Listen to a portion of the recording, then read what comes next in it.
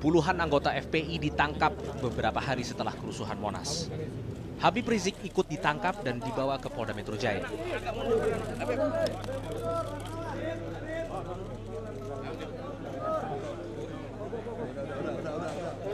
Jangan ada yang terprovokasi kalau ada pihak-pihak ketiga yang memunculkan isu-isu yang tidak benar. Nah itu saja. Jadi itu saja yang bisa saya sampaikan.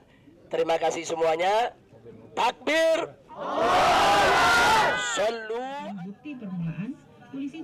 Ketujuh anaknya untuk sementara ini hanya bisa melihat wajah Habib Rizik melalui layar kaca. Syarifah Fadlun telah menikah selama 19 tahun dengan Habib Rizik. Ia mengakui bahwa suaminya adalah pribadi yang keras. Sejak awal berdirinya FPI, Syarifah telah bersamanya. Menjalankan ormas Islam dengan misi melawan nahi mungkar tentunya bukanlah pekerjaan mudah. Namun saat kerusuhan di Monas 1 Juni lalu, Habib Rizik sedang bersamanya.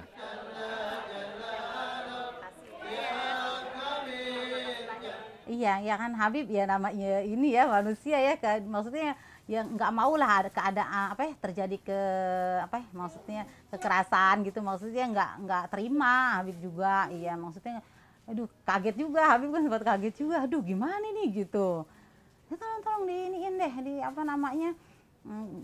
diatasin gitu. FPI mengaku terprovokasi saat kerusuhan di Monas karena seorang anggota AKKBB membawa senjata. Ini diakui AKKBB, namun mereka tidak bisa memastikan apakah orang itu bagian dari rombongan mereka.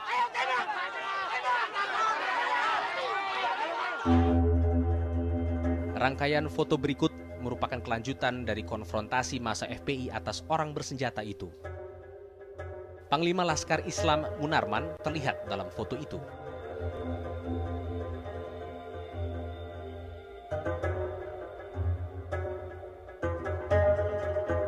Ucok Nasrullah yang diakui FPI sebagai anggotanya juga ada dalam foto. Dan ini adalah foto yang kemudian muncul dalam berita utama salah satu koran nasional. Munarman melarikan diri setelah memberikan konferensi pers kepada media. Tak berapa lama, Munarman merilis video rekaman tuntutannya kepada pemerintah. Tetapi saya menginginkan pemerintah Susilo Bambang Yudhoyono melakukan penegakan hukum yang adil, yaitu dengan cara membubarkan Ahmadiyah. Sebagian besar dari anggota FPI yang ditangkap telah dibebaskan.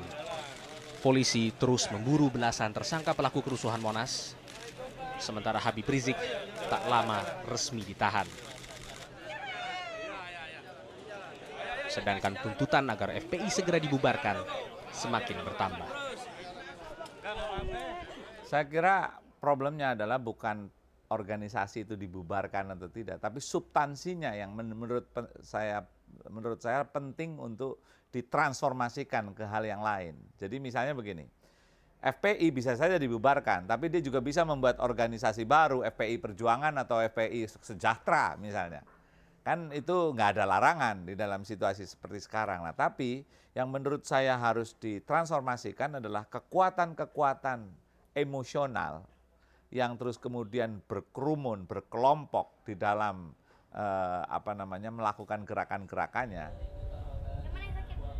FPI pertama kali dideklarasikan pada tanggal 17 Agustus 1998.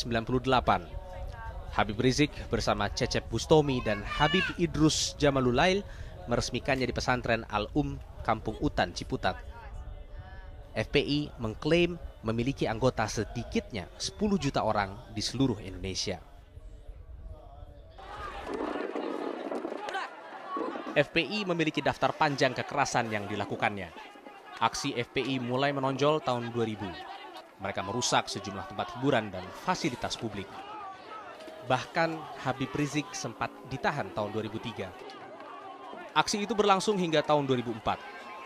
FPI mulai melebarkan sayap dan merusak kantor Playboy April 2006.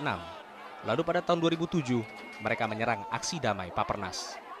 Pada tahun yang sama, markas berkumpulnya aliran Wahidiyah yang dianggap sesat juga diserang.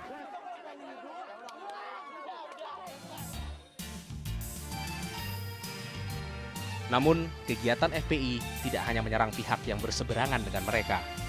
Saat terjadi tsunami di Nanggro Aceh Darussalam, FPI turut membantu pencarian dan evakuasi jenazah. Bahkan, mereka dianggap sebagai sukarelawan paling bertahan karena rela ditempatkan di kawasan yang paling parah dihantam tsunami.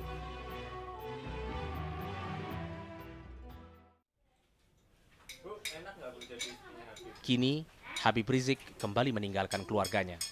Tapi kali ini, ancaman hukumannya mencapai 9 tahun penjara. Tiap Senin sama Kamis. Nong Darol Mahmada adalah salah satu pendiri Aliansi Kebangsaan untuk Kebebasan Beragama dan Berkeyakinan. Ia mendirikan AKKBB karena merasa banyak kekerasan yang dilakukan atas nama agama terhadap kelompok agama atau kepercayaan minoritas.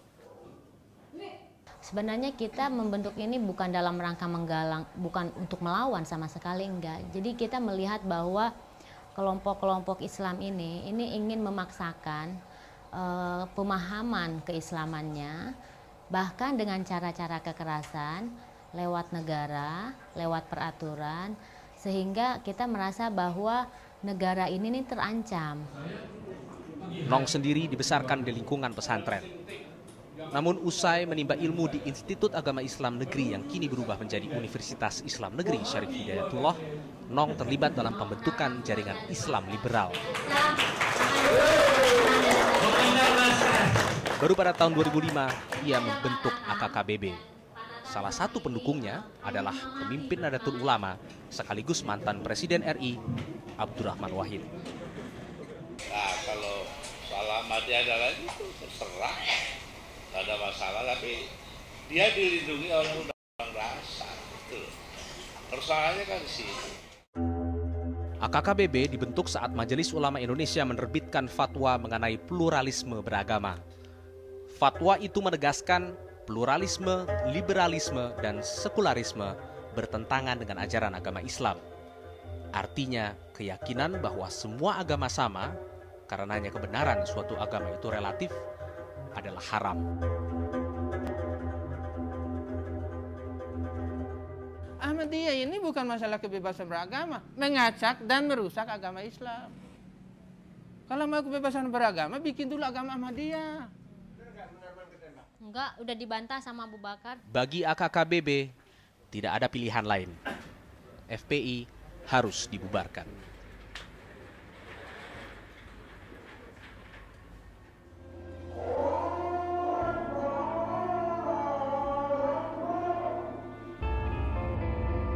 Memang jalan perang itu hanya ketika dibutuhkan.